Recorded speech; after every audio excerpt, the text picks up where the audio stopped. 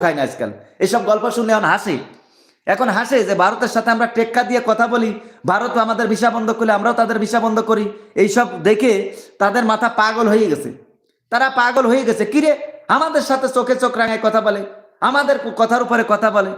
কথা তো বলবেই, ন্যায্য অধিকার যদি না পাই তখন তো কথা বলতেই হবে। তোমরা বন্যার সময় আমাদেরকে পানি দিয়ে মেরে দাও, শুকনোর সময় পানি বন্ধ করে মারো,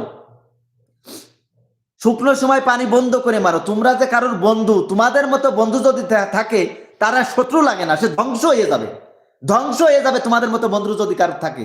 যেমন আমরা বিগত 17 বছর ধরে ধ্বংস হয়ে গেছি। প্রত্যেক দিন সীমান্তে মানুষ মারে, প্রত্যেক দিন সীমান্তে মানুষ হত্যা করে।